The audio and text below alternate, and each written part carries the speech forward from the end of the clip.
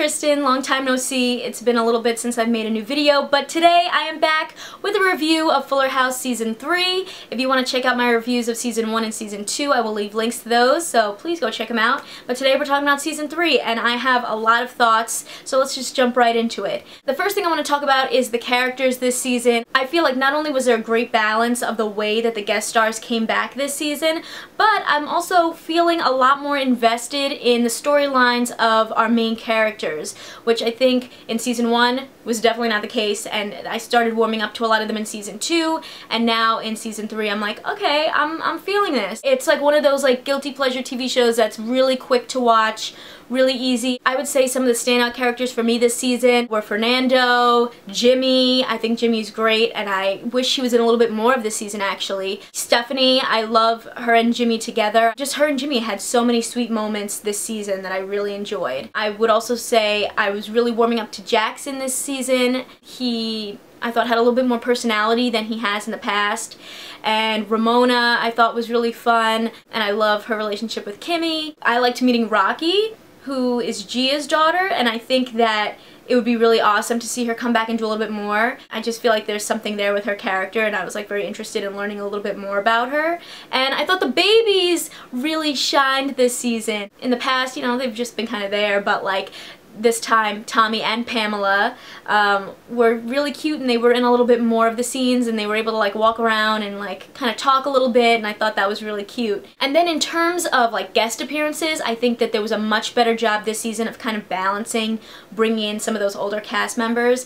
I think in the past they've kind of really relied heavily on bringing them back in a way that was like, they brought them back so much that it wasn't special anymore. You know, if Becky and Danny and Jesse and Joey are in every episode, then it doesn't really have that same excitement when they appear. So I thought this season they did a lot better job of kind of making it more of an event and more exciting. You're like, oh my god, Danny's back for 4th of July, or like, you know, Jesse's back and he's babysitting the kids. Like, they weren't in every episode, and they weren't in it right away. Like, they were in, you know, 1 or 2 episodes each. They also brought Gia back. They also brought back Jesse's dad as Grandpa Nick, which is really fun, you know, to, especially like people that you don't remember. Like, I was like, wait a minute, oh, I totally forgot about that guy. And then he came back and was like babysitting baby Tommy, and it was just nice to see those kinds of moments. They weren't overly done or in your face, so I really appreciated that. The other thing that I really appreciated this season was that they did not do a call out to Mary-Kate and Ashley.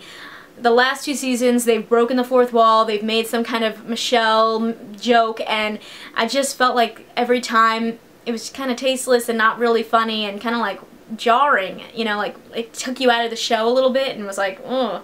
But this season, I think they finally have moved on, and they're like, you know, Mary-Kate and Ashley know if they want to come back they can, and they're not going to come back, so, you know, let's focus on the actual show at hand and the actual like storylines in hand versus like trying to make like a cheap jab at them, you know? So I thought that that was really awesome this season, and I was glad to see that. Another exciting thing that happened this season was we actually got to see Kimmy Gibbler's old house. That was something that we never saw on Full House. Basically in this season, Fernando bought the old Gibbler house and he restored it to its original glory, and we went in and like it was crazy looking, very like clown, eccentric, wild. You kind of can understand where Kimmy, you know, gets her style from, and it was cool to be able to see that for the first time. I would say 2 of the like the biggest or like most impactful storylines this season were around Stephanie and then DJ. So for Steph, she, you know, found out that a couple of seasons ago that she might not be able to ever have kids, and now in this season she learns that like that might not actually be true. I really like that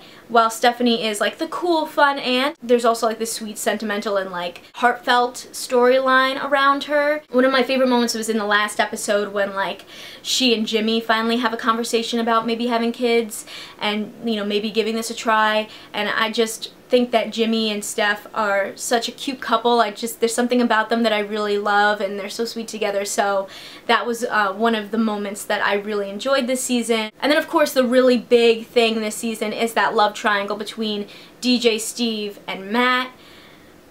It really was like kind of crazy, because throughout the season DJ is with Matt. She's friends with Steve, and you know, Steve's wedding is coming up to CJ, and everyone's gonna go to Japan and be there for that wedding, and like, you're kind of like, okay, they're just friends. I mean, they have this like weird close relationship, but it's because they have all this history together, but like, it's fine. Like, it's Matt and DJ. And then that last episode though, it really blew my mind, and I didn't realize it was the last episode until like the Netflix sign came up that was like, this is the end, and it was like showing me a different show I could watch, and I was like, this was the last episode? What?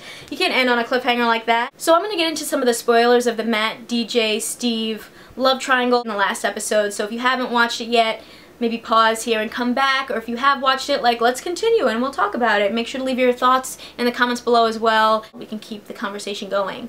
So, spoiler alert coming now! In the last episode, everybody is now going on a plane so that they can fly to Japan for CJ and Steve's wedding. On this flight, we learn a lot of things, but the biggest is that one, Matt wants to propose to DJ while they're in Japan, and two, DJ accidentally reveals to Steve, although she doesn't know she revealed it to him, that she still is in love with him and she would have chosen him, and she feels like she's losing her soulmate to watch him get married to someone else. That's where it ends, where like DJ doesn't realize that she just told Steve this because she's wearing like a sleeping mask and she thinks she's talking to Kimmy, and you know, it was like mind-blowing. I'm like, oh my god, now what's gonna happen? Because like Matt was gonna propose, now Steve is trying to figure out like what to do, because I'm sure he's still in love with DJ, like he's always been in love with DJ. So it was very mind-blowing. I don't know what's gonna happen. I feel like something's gonna go on where like maybe Matt will propose and Steve will cancel his wedding, and I don't know if somehow Steve and DJ will end up together.